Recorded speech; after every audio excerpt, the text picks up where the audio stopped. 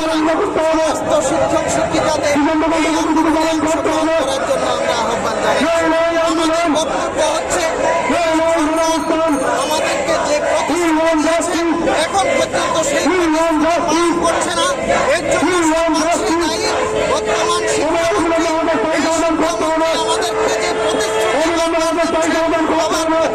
খেলাপ করছে, বিভ্রান্ত করছে,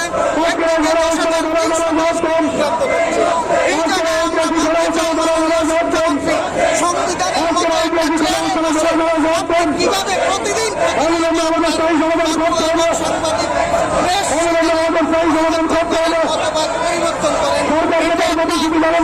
করেন রাষ্ট্রবাদী সরকারের মধ্যে সমাধান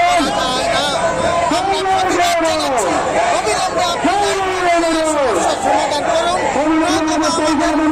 আন্দোলন ভয়ানকভাবে এবং এই আন্দোলনের আপনিও রেহাই পাবেন না, আমরা কাউকে রেহাই দেব না। আমাদের শিক্ষা দপ্তর প্রতিনিয়ত আমাদের সঙ্গে প্রতারণা করছে।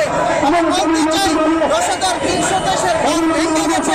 আপনারা আইনিভাবে যে খেলা খেলছেন, এই খেলা কিন্তু শুধু আমরা মানতে দেব না। অবিলম্বে আমরা শিক্ষা দপ্তর কাছে সেখানে আমরা অনুসরণে বসার চেষ্টা করব এবং এই অনুসরণের মাধ্যমে শিক্ষা দপ্তরের প্রত্যেকটা আধিকারিককে আমরা নিয়ে যাব। কারণ আমরা জানি আমাদের কোনো চাকরি যায়নি, এই চাকরিটা দিয়েছে সমস্ত শিক্ষা দপ্তরের আধিকারিকদের বলে শিক্ষা আধিকারিকদের হওয়ার কথা, আমাদের হওয়ার কথা নয়। অতএব সমস্ত 10,300 শিক্ষক শিক্ষিকা আপনারা আজ থেকে আমাদের এই গণ অবস্থানে সামিল হন এবং এখান থেকে আমরা শপথ দিচ্ছি যতক্ষণ পর্যন্ত এই সরকার আমাদেরকে সমাধান না করবে ততক্ষণ পর্যন্ত আমরা এখান থেকে সরছি না এবং আমাদের আমরণ আন্দোলনের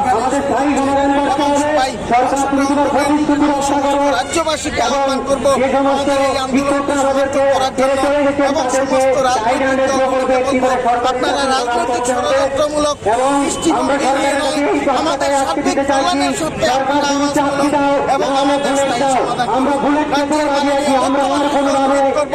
আপনি যে প্রতিশ্রুতি দিয়েছেন 2 মাসের মধ্যে একটা স্থায়ী সমাধান করবেন, কিন্তু আপনি সেই সমাধানটা এখনো করেননি।